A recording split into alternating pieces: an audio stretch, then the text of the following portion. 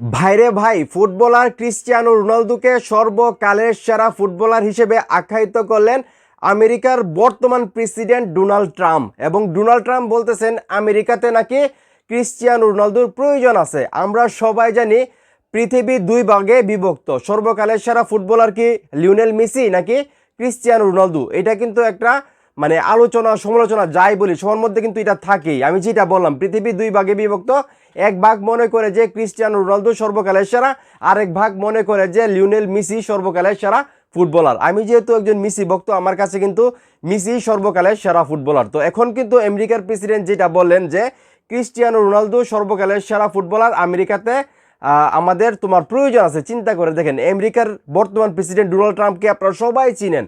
উনি একজন শক্তিশালী মানুষ। উনি যখন আসলে রোনালদোর হয়ে কথা বলে বা রোনালদোকে সর্বকালের সেরা বলে, সেটা কিন্তু একটা অর্থ আছে বা মানে আছে।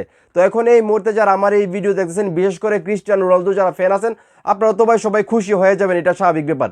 কিন্তু নিউট্রাল অডিয়েন্স যারা আছেন, যারা আসলে মেসি এবং রোনালদো দুইজনকেই পছন্দ করেন, আপনাদের মতে আসলে সর্বকালের সেরা ফুটবলার কে, মেসি নাকি রোনালদো? সেটা অবশ্যই কমেন্ট বক্সে জানিয়ে দিয়ে যাবেন। ভিডিওটা ভালো লাগলে অবশ্যই শেয়ার করবেন।